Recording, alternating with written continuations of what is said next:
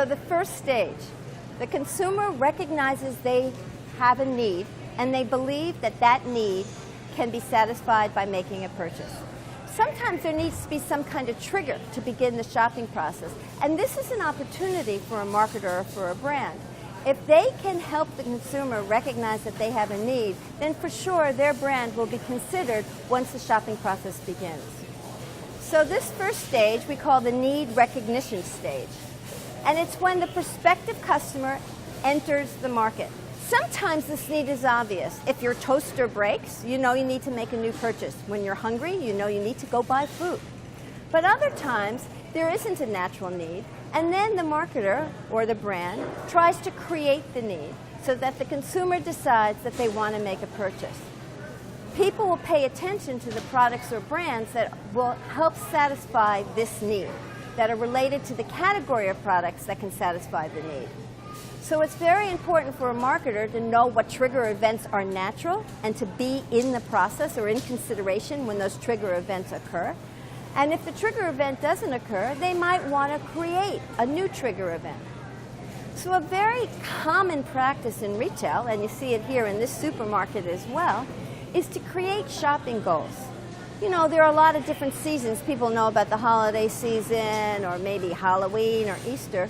But for a retailer, when they want the consumer or the shopper to come into their store more often, they might create lots of different shopping goals that will trigger the consumer or the shopper to consider making a purchase. So here in this supermarket, in this Whole Foods, you can go around and you'll see different signs that remind the consumer or the shopper that it's back to school time.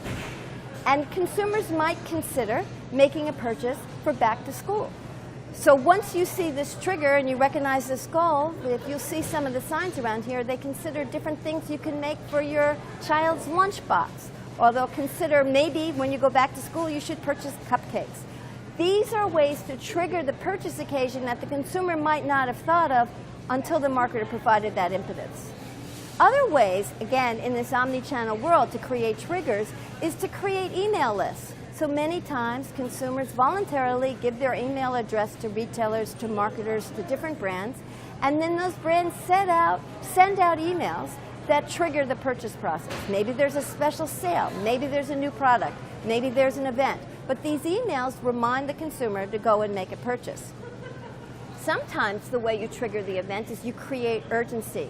Online, there are a lot of flash sale sites like Guilt.com or Rulala or things like that, where you have to log in and you have to be there at a precise time to get the special deal. Offline retailers like this grocery store sometimes have those specials also. Here in Whole Foods, they sometimes have special prices, a very, very good price on a particular item that will only be in force for a couple hours or maybe one day. And it creates an urgency, creates a need for the consumer to become a shopper and make a purchase. Other times, retailers or brands create reminder notices. So sometimes if you go to get your hair cut or you go to the dentist, they may say, you did nice, you know, you did fine, you got your hair cut now, you got your teeth cleaned, let's make another appointment in a few weeks, in a couple months, to remind you to come in and make that purchase again. And what they're essentially doing is triggering that purchase process. Another way to get people to come in and start shopping is to create a brand new product. So the best example of that most recently is the tablet, Apple's iPad. Created a brand new product nobody knew they needed before, and then all of a sudden it became something everybody had to have.